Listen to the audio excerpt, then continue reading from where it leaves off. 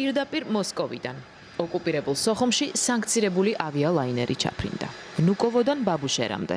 ასეთი იყო საჩვენებელი რეისის მარშრუტი, რომელიც სოხუმის დაცემის შემდეგ პირველად შესრულდა. რუსული ავიაკომპანია UVT Aero ევროკავშირის შავ სიაშია. სოხუმის აეროპორტს კი არ ცნობს სამოქალაქო ავიაციის საერთაშორისო ორგანიზაცია. იკაოსთვის სოხუმი საქართველოა, შესაბამისად ფრენის ნებართვაც თბილისმა უნდა გასცეს. ამ აეროპორტს მან საერთაშორისო სტატუსი და კოდი 2006 წელს გაუუქმა. მოსკოვმა ტრადიციულ გამოსავალს მიმართა. აეროპორტს თვითნებურად მიანიჭა კოდი და როსტოვის საჰაერო ზონას დაუქვემდებარა. სულ ლაპარაკი იყო სულ, მაგრამ რეალურად ნამდვილად ლაპარაკი, რეალური გახდა ლაპარაკი მხოლოდ რუსეთის უკრაინაში შეჭრის შემდეგ. როცა საერთაშორისო თანამეგობრობამ დაუწესა რუსეთს სანქციები, ეკონომიკური სანქციები, რუსეთმა დაიწყო სხვა ფორმებით სანქციების გვერდის ავლის გზების ძებნა. თუკეთ მოდის მანქანები ამ სქემით ასე ხლა იქნება და გაევლი საქართველოს ტერიტორიას და სამეგრელოდან ენგურზე გადავა გალში უკვე ააშენეს ძალიან დიდი ტერმინალი, უკაშენებული მუშაობს, ფუნქციონირებს, სადაც ერთდროულად პარალელურად შეიძლება 4-5 დიდი მანქანა იყოს დამუშავებული. ანუ მანქანები შევა გალში, იქიდან გადმოიწურთება, ან დაფასოვდება რუსული წესები და რაღაც გარკვეული ნორმებით და მე ეს მანქანები გაემწავლენ რუსეთისკენ.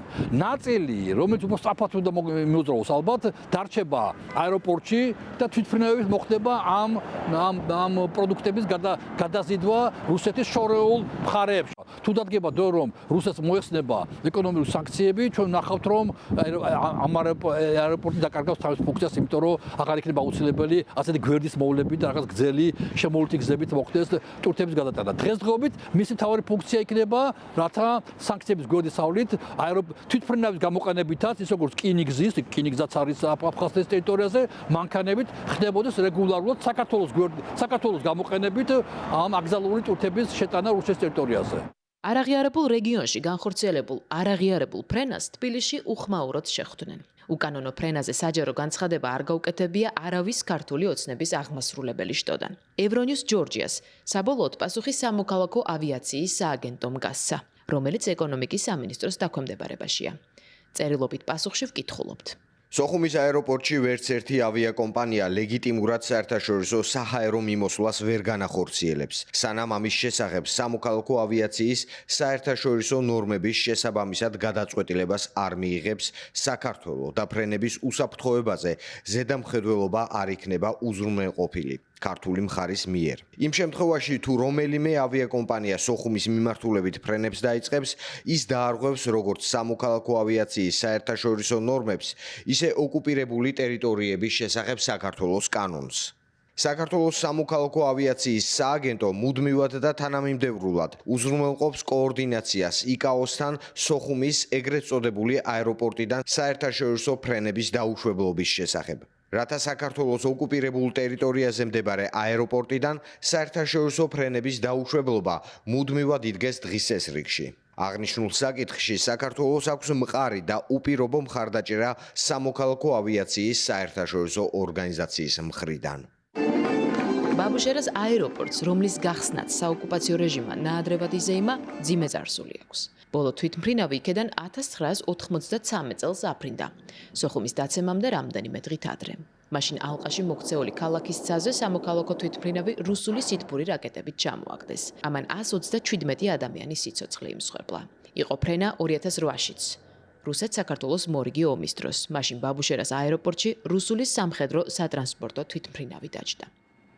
ნებისმიერი აეროდრომი შეიძლება იყოს როგორც არის სამხედრო დანიშნულების. ამ ეტაპზე და ამ წუთას მათ ეს არ სჭირდებათ, მაგრამ რუსეთი სანამ ომშია ჩართული და ომს აწარმოებს უკრაინაში, მას სჭირდება რომ ყველა პოტენციური ტერიტორია, სადაც შეიძლება განთავსდეს რაიმე სამხედრო დანიშნულების ობიექტი, იყოს გამოყენებული. მართალია მათ ბაბუშერ უკაცრავად გუდაუთში აქვთ იმისთანა სამხედრო ბაზა.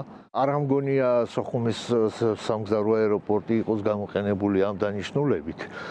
ძირითადად საუბარია ფულის კეთებაზე, ბიზნესზე, საუბარია რუსების ინტერესებზე, რაც უფრო კომფორტულად ჩავიდნენ იქ და არ ემგზავრონ თქვათ მანქანით და მატარებლით სოჭიდან. უკანონო სამოქალაქო რეისი ოკუპირებულ სოხუმში საინტერესო იყო კიდევ ერთი გარემოებით. მის მგზავრებს შორის იყო ბადრა გუმბა, წარსულში ოკუპირებული რეგიონის დე-ფაქტო ვიცე-პრეზიდენტი და ამჟამად დე-ფაქტო პრეზიდენტობის კანდიდატი. ის ბორტზე შემთხვევით არ მოხვედრილა. გუმბა იყო მოსკოვში და მოსკოვში სხვადასხვა რუსეთის ფედერაციის სხვადასხვა სამინისტროებიდან მიიღო გარანტიები ელექტროენერგიაზე, ფულის გადარიცხვაზე და შექმნა განცდა რომ პრობლემები არ ექნებოდათ ამ მიმართულებით და შემდეგ აეროპორტის გახსნა დაამტხვიეს გუმბას წინასაარჩევნო კამპანიას. აეროპორტი უფრო მოგვიანებით გახსნილიყო, ჯერ კიდე არაა მზად აეროპორტი.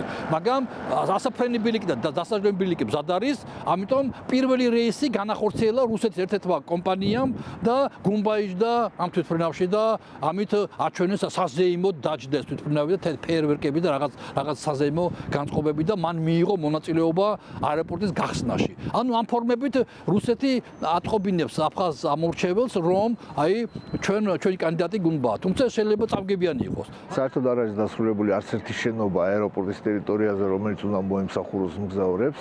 ამიტომ ამ რეისს აქვს მხოლოდ ერთადერთი დანიშნულება, ეს იყო წინასაარჩევნო რეისი. დაპირდნენ აფხაზებს, რომ ზაფხულისთვის აღდგება საავიაციო მიმოსვლა.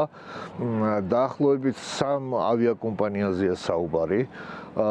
და აფხაზებიც იმის მოლოდინში რომ უფრო მეტი რუსი ტურისტი ჩამოვა, რა თქმა უნდა, ხარჯს დაუჭერენ რუსეთის მიერ დაყენებულ კანდიდატს.